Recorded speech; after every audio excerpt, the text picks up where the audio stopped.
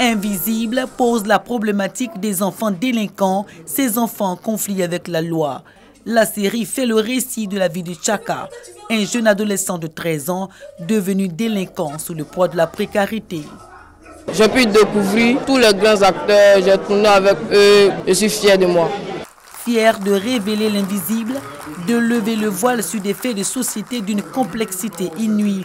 Une audace pour Alex Ogou, réalisateur de la fiction. J'espère que la série va permettre de nous interroger, chacun, entre parents, entre voisins. Parce qu'au final, la société nous appartient en fait. C'est nous qui la faisons. Ce n'est pas un État qui fait la société. Et cette série est vraiment là pour ça, pour renouer le dialogue en fait. Il parle de sa fiction à la fin de la présentation du premier épisode diffusé en cinéma le 23 octobre devant Dominique Ouattara, la première dame, accompagnée de quelques membres du gouvernement et des visages bien connus de la culture et des médias. J'ai été particulièrement émue et même bouleversée par le réalisme et l'émotion qu'il y a dans cette série et qui est vraiment faite en Côte d'Ivoire et qui a été tournée de façon magistrale.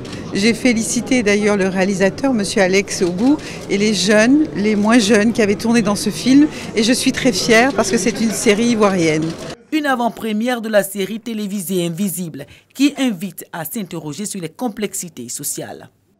On se dit au niveau je pense, de l'État qu'il faut travailler encore plus pour qu'il y ait moins de pauvreté et qu'il faut surtout essayer de venir à bout de ce phénomène qui est un problème difficile, pas simple.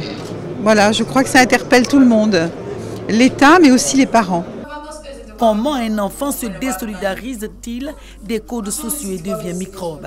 C'est en 10 épisodes de 52 minutes qu'il faudra le découvrir sur les écrans le 29 octobre prochain.